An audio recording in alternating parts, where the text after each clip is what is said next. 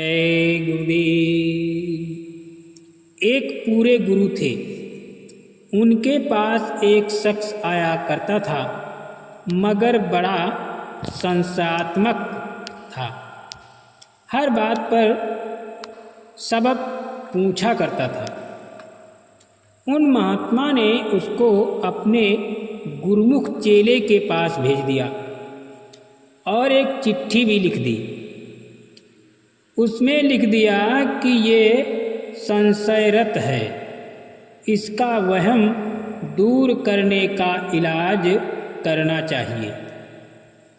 वो चिट्ठी लेकर गुरुमुख चेले के पास जब जा पहुंचा, उसने कहा कि 1 महीना जो हम काम करें उसमें चूं ची ना करना।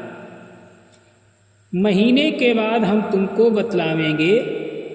इसने कबूल किया। एक रोज गुरुमुख चेले ने उससे कहा कि कफन बाजार से खरीद कर लाओ। वो ले आया और कहा कि कोठे पे धर दो। उसने रख दिया। अपने बेटे का ब्याह किया, बहुत ही रुपया पैसा खर्च किया और लोगों की हिफाजत करे। लड़का जब शादी करके बहू को घर ले आया, हैजा हुआ, उसी रोज मर गया। गुरुमुख चेले ने कहा वो कफन लाओ। वो शख्स बड़ी झूंझल में भर गया और जो इकरार किया था कि चूं ची ना करूँगा, उसको कायम न रख सका और कहा, कमबख्त तूने बड़ी हत्या की।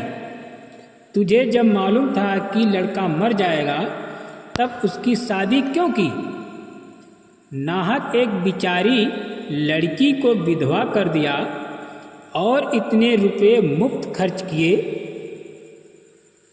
तो गुरुमुख चेले ने कहा कि इस लड़की ने मालिक से प्रार्थना की थी कि संसार में न फंसूं और हमेशा तेरी भक्ति करूं। सो सिवाय हमारे घर के कौन ऐसा घर है जहां ये रहकर भक्ति करेगी? और उस लड़के की उम्र इतनी ही थी, ज़्यादा नहीं थी। रुपये जो इतने खर्च किए गए, वो इस वास्ते कि लड़का मालिक के देश का वासी था, वहाँ जाने वाला था और ऐसी भक्ति लड़की हमारे घर में आई, इसलिए खुशी मनाई और रुपए पैसे निछावर किए। वो शख्स बड़ा शर्मिंदा हुआ और अहद किया कि आइंदा किसी काम में संशय नहीं उठाऊंगा और मालिक इसमें क्या बेहतरी मुतब्बर है, उसने ना वाकिफ है, यानी उसका ना ज्ञान नहीं है। जब तक अपनी अक्ल औराई और चतुराई पेश करते हैं तब तक मौज में मुआफिक नहीं कर सकते। बजाय मुस्तकिल होने के मायूसी होती है और उल्टी हालत में क्या मुफीद मतलब मुस्तबर है, उससे महरूम रहते हैं। गुरु की मौज रहो तुम धार, गुरु की रजा संभालो यार।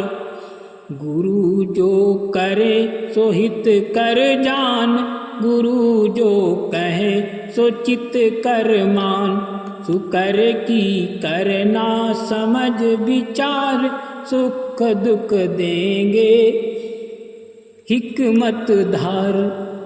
इसीलिए गुरु महाराज कहते हैं, जो गुरु करें सो न करो, जो गुरु कहें सो करो।